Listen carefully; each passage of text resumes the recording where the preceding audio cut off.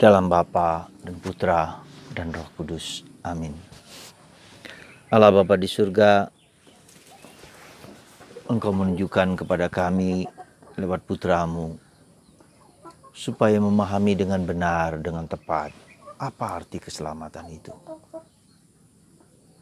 Supaya kami tidak terpecah-pecah. Supaya kami tidak terpilah-pilah dalam memahami keselamatan. Supaya kami juga tidak putus asa kalau kami sedang menghadapi penderitaan dan salib. Karena Engkau memberikan kepada kami makna keselamatan yang lebih luas. Bukan hanya di dunia ini, tetapi di surga. Bantu kami ya Bapa memahami keselamatan itu. Demi Kristus Tuhan dan pengantara kami. Amin. Saudaraku terkasih dalam Kristus, sesungguhnya kita harus memahami dengan tepat dan benar. Seperti kata Paulus, supaya kita memahami pengertian yang benar tentang keselamatan. Artinya apa? Kita tidak mudah jatuh kepada sisi-sisi yang satu sisi, dua sisi, tapi yang mengamami secara holistik. Dan hari ini Injil mengajak kita untuk mengerti itu dengan benar. Maksudnya apa? Yesus memberikan banyak kesembuhan, mengusir penyakit, mengusir kuasa kegelapan. Ya, mujizat-mujizat Yesus sungguh luar biasa dan itu menakjubkan banyak orang. Ya. Maka satu sisi lain Yesus mengatakan bahwa dia bersembunyi, berdialog, berkomunikasi, berkontemplasi dengan Bapaknya. Dan di situ dia mengenal apa yang menjadi kehendak Bapa. Maka ketika dia agak dipaksa dibujuk untuk tinggal di tempat di mana Yesus menyembuhkan di dekat keluarga Simon Petrus. Karena Yesus menyembuhkan mertua Simon Petrus. Yesus mengatakan tidak, aku harus pergi ke tempat lain. Mewartakan kabar gembira ke tempat lain. Di sana pun mereka membutuhkan itu. Nah, saya memaksudkan bahwa kabar gembira, keselamatan, berita keselamatan, pengertian keselamatan itu apa? Itu kabar gembira yang tidak hanya di dunia ini dengan kesembuhan dari segala macam penyakit, dari pelepasan dari kuasa kegelapan, apa saja di dunia ini. Ya. Itu hanya satu sisi, tetapi sisi lain yang lebih luas adalah Yesus menawarkan kehidupan abadi, kebersatuan kembali dengan Bapa. Jadi pemahaman kita tentang kabar gembira itu adalah itu keseluruhan. Di dunia ini pembebasan dari kuasa dosa supaya kita dapat sampai kepada Bapa dalam kebersatuan dengan Bapa, tempat di mana kita berasal. Nah, kalau perspektif ini kita pegang, maka kita ketika kita sakit, kalau bisa disembuhkan monggo terima kasih, kalau tidak justru sakit penderitaan itu menjadi benih keselamatan. Supaya kita bertahan dalam iman, supaya kita kuat dalam pengharapan, supaya kita kuat dalam cinta kasih. Jadi kita diajak untuk memahami bahwa inti dari kabar gembira itu mencakup ketiga hal itu, iman, harapan, dan kasih. Ya, kita berjuang memang untuk memperbaiki apa yang bisa kita perbaiki di dunia ini.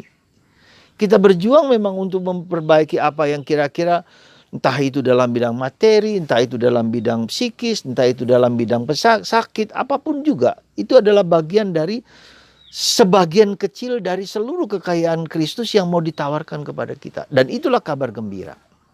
Sekali lagi kabar gembira bukan hanya bahwa orang itu secara material terpenuhi, bahwa orang itu secara rohani juga tinggi hidupnya, orang itu kemudian mempunyai kemampuan daya-daya hebat linue atau apa segala macam. Itu adalah bukan yang paling penting menurut karya Yesus. Maka Yesus menghindar supaya orang tahu tidak cukup hanya dengan KKR kesembuhan. Orang datang berbondong-bondong kalau ada seorang penyembuh hebat luar biasa disembuhkan. Tapi setelah Kesembuhan apa yang terjadi? Lupa bersama Tuhan. Berapa ribu orang yang disembuhkan oleh Yesus, berapa ribu orang yang makan roti dan ikan. Siapa yang setia mengikuti Yesus? Bisa dihitung dengan jari. Nah, karena itu saudaraku terkasih dalam Kristus, mari kita melihat kehidupan kita dalam cakrawala yang lebih luas. Memang kita butuh disembuhkan, memang kita butuh dilindungi, memang kita butuh makan dan minum dan seterusnya dan seterusnya. Tetapi mari kita terbuka juga untuk menjalankan apa yang lebih daripada sekedar materi, tetapi ada sesuatu hidup rohani yang lebih dalam, pengertian dan pemahaman kita akan keselamatan itu. Nah, disitulah kita lihat. Jadi konteksnya itu konteks keselamatan. Lalu di situ mana yang paling inti? Kalau boleh dikatakan iman, harapan, dan kasih. Kita kembali lagi kepada inti. Sejauh mana pengalaman hidup kita sehari-hari, sejauh mana pandemi ini membuat iman kita tumbuh, harapan kita kuat, lalu cinta kasih kita semakin kuat. Itu saja ketiga hal itu yang menjadi inti dari perjalanan hidup rohani kita. Kalau pandemi ini tidak kita sadari sebagai bagian dari ketiga aspek itu, ya kita gagal. Ya, sejauh mana iman kita tumbuh, sejauh mana kita mencari Tuhan, sejauh mana kita merasakan kehadiran Tuhan dalam kehidupan kita sehari-hari, sejauh mana harapanku menjadi kuat, sejauh mana ya cinta kasihku kepada orang di sekitar, kepada suami, kepada istri, kepada anak-anak, kepada orang di sekitar juga semakin mendalam.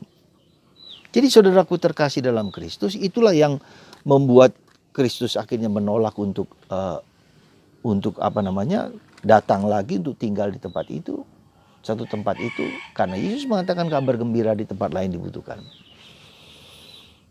Saudaraku yang terkasih dalam Kristus, mari kita menghayatinya, iman, harapan, dan kasih. Dan satu aspek penting lagi yang tidak boleh kita lupakan adalah keheningan.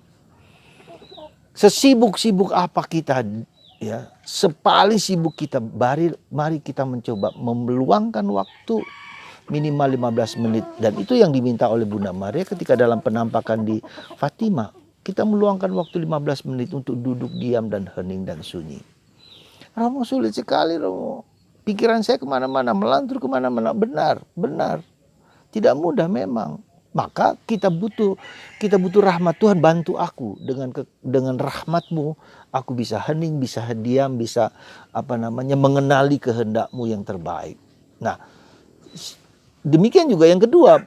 Kenapa kita tidak mudah untuk hening dan diam? Karena batin kita sedang dalam bukan batin yang murni, bukan batin yang suci, ada banyak kebutuhan, ada banyak luka, ada banyak keinginan, ada banyak kerapuan. Dan kalau kita terluka, kalau kita punya luka batin itu membuat kebutuhan kita semakin banyak gitu loh, menyebar kemana-mana. Ya, kita gelisah, kita takut, kita cemas, kita macam-macam. Nah, dengan kemurnian hati itu lama-lama seperti Bunda Maria itu, yang hanya fokus kepada kehendak Tuhan. Bunda Maria, Santo Yosef, fokus menjalankan kehendak Tuhan. Meskipun kita lihat Santo Yosef ingin menceraikan Maria, tapi hatinya, rohnya menjalankan kehendak Tuhan. Kita lebih seperti Santo Yosef gitu loh, daripada dalam tanda petik seperti Bunda Maria. Memang tapi kemurnian hati kita adalah lebih cenderung untuk berpikir sendiri, merenung sendiri, lalu kita berani mengambil keputusan sendiri. Ya. Kita lupa bahwa Tuhan juga bekerja. Kita persembahkan keinginan, kerinduan, kekacauan, kegelisahan, sakit kita kepada Tuhan. Kalau Tuhan menyembuhkan, terima kasih. Kalau Tuhan tidak menyembuhkan, lebih berterima kasih. Bisakah kita seperti itu? Dan itu bukan yang mudah. Jadi kita lihat di sini bahwa hidup itu, life is challenge. Hidup itu bukanlah sesuatu yang gampang. Hidup itu adalah salib. Dan ketika kita tidak berani memanggul salib, maka ya itulah lalu kita mengatakan sulit. Nah, disitulah kita lihat apa artinya rahmat. Dalam kesulitan kita, dalam penderitaan kita, dalam masalah salib kita, siapakah aku ini? Gak bisa, maka kita mohon dengan penuh kerendahan hati. Ya, jadi sekali lagi adalah bahwa kita meluangkan waktu untuk hening, untuk diam, dan saya kira sulit, tidak apa-apa. memang sulit. Itu tanda bahwa hati kita sedang masih ada banyak gejolak, masih ada banyak batu, masih banyak duri yang harus kita kita mohonkan rahmat itu tuh dibersihkan, dimurnikan oleh Tuhan sendiri, oleh Roh Kudus. Ya. Jadi itu tanda ketika kita tidak bisa duduk diam hening, itu tanda bahwa ada banyak problem dalam hidup kita yang kita simpan di sana. Ada banyak duri, ada banyak batu. Ya. Dan tidak seluruhnya adalah tanah subur. Dan itulah proses. Jadi kedosaan, kelemahan, keterbatasan, kerapuan, kecemasan kita itu menandakan ada sesuatu di dalam diri kita yang kita mohonkan kepada Tuhan supaya Tuhan sendiri membersihkan, memurnikan sehingga kita hanya tahu satu. Yesus mengatakan carilah dulu kerajaan Allah. Di dalam hidupku, di dalam pekerjaanku, di dalam segala sesuatu. Berbahagialah yang murni hatinya karena mereka akan melihat Allah. Melihat Allah di mana? Melihat Allah dalam segala sesuatu. Di dalam penderitaan, dalam kehidupan, dalam cinta kasih, dalam saudara-saudara serumah yang seringkali menjengkelkan. Saudara, mari kita mohon rahmat supaya kita memiliki pengertian yang benar tentang keselamatan itu. Ya. Satu lagi yang saya lihat, ada keheningan, lalu ada eksterior dan interior. Hidup lahiria dan hidup batinia. Ya, dua hal ini juga kita harus keseimbangan antara hidup rame bekerja tetapi hidup hening. Ya, supaya kita tahu apa yang di antara vertikal dan horizontal, di titik tengah itu adalah Yesus, kerajaan Allah, kehendak Allah. Semoga kita semua dalam keseimbangan. Dan itulah kabar gembira di mana Yesus telah bersedia, telah mau, telah datang menderita bagi kita. Supaya kita memahami kabar gembira, memahami keselamatan itu. Bukan hanya di dunia, tapi juga di surga. Semoga korban Yesus, salib Yesus. Dan Teresa Avila mengatakan bahwa panggilan kita satu-satunya adalah ikut serta dalam korban memanggul salib Yesus. Dimanapun, kapanpun. Semoga kita memahami dan mendapatkan pencerahan ini.